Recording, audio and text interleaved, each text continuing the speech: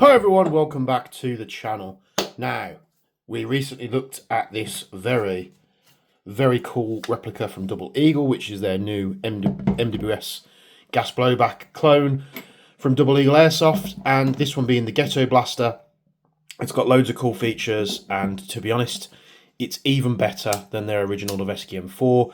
I did say in the last video about this being, I think I might have said 45-degree selector. It is a little bit more than that. Thor spotted that straight away, so I think it's more of like a 60 to 70 degree on the semi-auto. Obviously the full auto is all the way around, which I think is the right way to do it.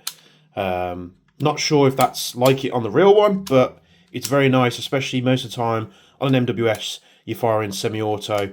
It's nice to be able to just do it with a much shorter action. So today we're looking at the magazine.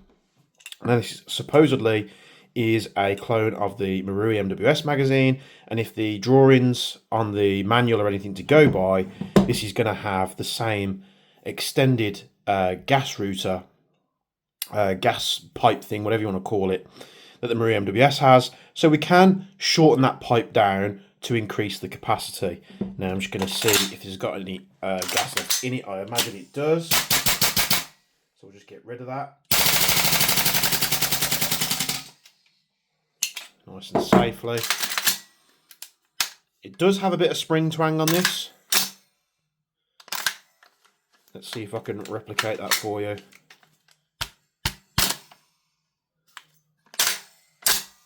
So that's on the nozzle spring, so we can sort that in a later video as well. So we've emptied all the gas out of the magazine, and the next step is for us to remove the two countersunk screws if it's the same as the Marui MWS one. So we're going to use a 2mm Allen key. Oh, and we're going to remove these two screws very quickly. Nice that they came, it almost looks like they've got a bit of Loctite on them, so that's nice. They're not going to fall out on their own. A few people have said about these magazines being super expensive. A lot of people are saying that they're even more expensive than the Marui ones. Now, if that's the case, I would wholeheartedly recommend that you get the Marui mags instead. But we'll wait and see what UK distributors the price comes in at, because if these are, you know, at a good price, I would get an absolute bunch of them just to have them as you know, reliable spares. So we've got it down to this. We're going to take our valve tool, or you could use a flathead screwdriver, which you can do safely on these valves because the inlet sits quite far down in the valve there. We've got a valve tool here, and we're just going to spin this one out. And a few people might say, well, why do you even bother taking this out? And it's basically to limit the amount of debris. We can just keep that out of the valve. Now, for the next part, you can use like your GBB type valve tool. Or again, you can use a flathead screwdriver if you've got one at the right size. But if you've got one of these tools, it's the best way to do it because you're not going to tear up the metal. You just have to be very careful because the teeth do like to slip out of the grooves, so just take your time with it, don't rush, and try not to damage the material. Looks like they've gone to like an aluminium material rather than the brass. I think that's a guess. So we remove this bottom piece here, and then we can pull out the tube. And this is actually quite a substantial tube compared to the Marui one. So the Marui one is a two-part. So you've got a brass section here, then you've got like an aluminium tube. Now you'll be able to see how far this goes in. I would even hazard a guess to say that that goes in further than the Marui. And we're not going to go extreme with this. We're only going to go about halfway. So the best way to do this is with a pipe cutter. And we're just going to go roughly halfway down the tube, like so. And the way these work is you tighten them up and then you spin them. What I tend to do is get something, now you want to do this on the waste material. I do have a clamp somewhere, but I can't see it.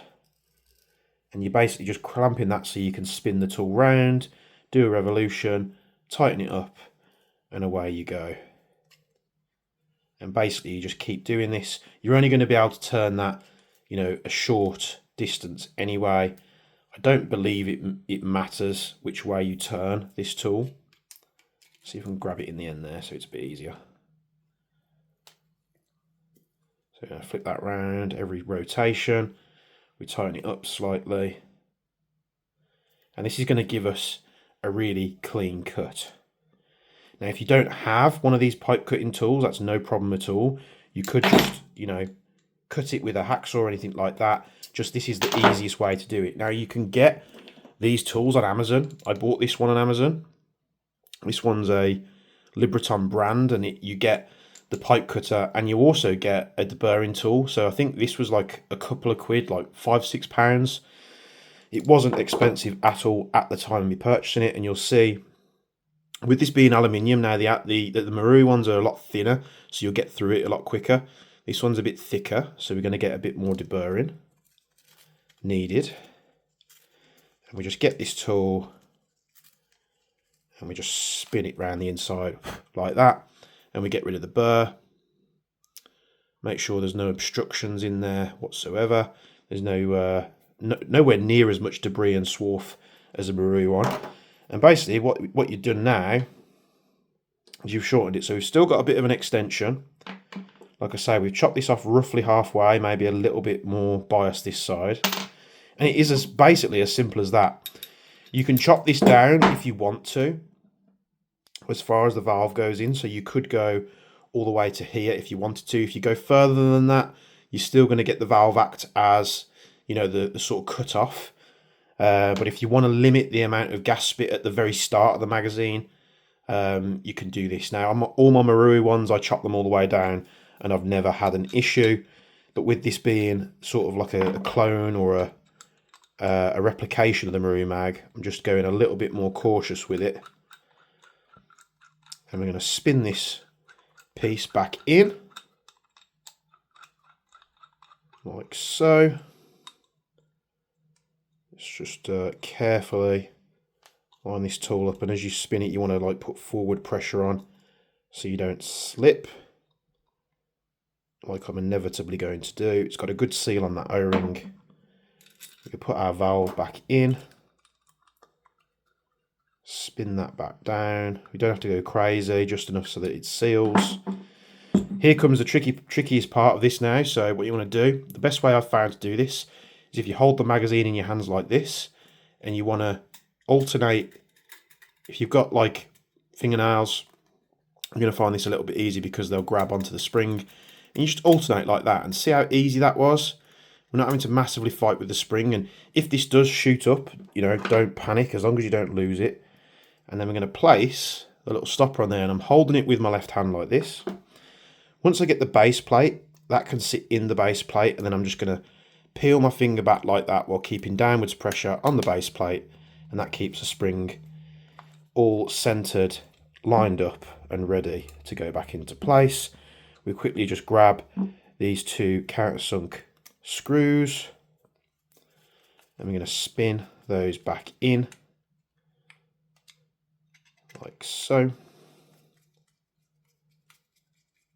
There seems to be a little bit of a gap. You can just tap the base plate like that and it will let everything sit in place. Just if the spring's caught up or something like that. Again, don't go crazy on these because these screws will strip. And there you have it. So when we tested this, it was sitting about here. So you've got a very small chamber of gas to fill. Now, as the liquid gas fills up in these magazines, a load of people seem to think that this isn't the case, but it is. So you're filling the gas magazine up with liquid gas. As it reaches this point here, it will fill the tube and not the rest of the mag. Removing this, we now get, instead of this amount of gas chamber or gas liquid reservoir, we can now fill it up this much. So doing that, you're basically doubling the gas capacity of the magazine. Just do it cautiously. And you can do this in stages, like I say. You can just cut a little bit off at a time. You don't have to go crazy with it. These tools are super inexpensive. And there we have our mag. So I do with my gas bottle. There it is. I'm going to charge that up with propane, and straight away you'll notice that it's taken a hell of a lot longer time to fill it. And that's basically because it's having to charge up the liquid gas further than it did before. I'm going to stop there just for the interest of the video. And then we can pop it back in the Ghetto blaster and just give it a quick test. Lovely and punchy. Really do like this replica. And that is how you mod your double eagle MWS magazines. Now I'm hoping these are nice and cheap and affordable compared to the Maria ones. One thing I have noticed with these mags is that the feed lips aren't as strong. So as you'll see, like in the previous video, the rounds can actually, with very slight, manipulation, they can actually pop out the top really easy. So I don't know if it would be a good case of like slightly heating these up and sort of pushing them in a little bit. Double eagle, if you are listening, I'd just pay attention to that. Maybe it's a different type of plastic. Maybe this part of the moulding is just a little bit too wide apart, but I definitely experienced that in the first video. There's your tutorial for today. Like, comment, subscribe, all that good stuff. Put your comments and questions down in the comments section below, and I'll do my best to answer them as and when I can. Check out the links in the description below. If you want to support the channel, there's a link to buy me a coffee in there, if you'd be so kind. And as always, from me and Bench, we'll see you in the next video.